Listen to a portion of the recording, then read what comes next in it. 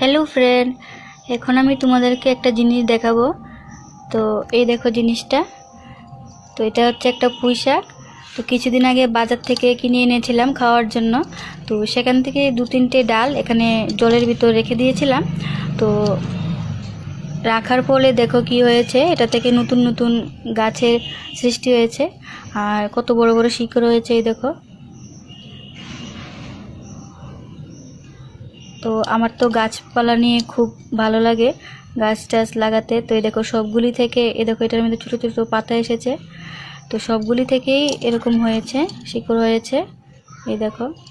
তো এখন এগুলিকে মাটিতে লাগিয়ে দিলে সুন্দর গাছ হবে, বড় হবে। পুঁইশাক খেতে ভালো লাগে আমার।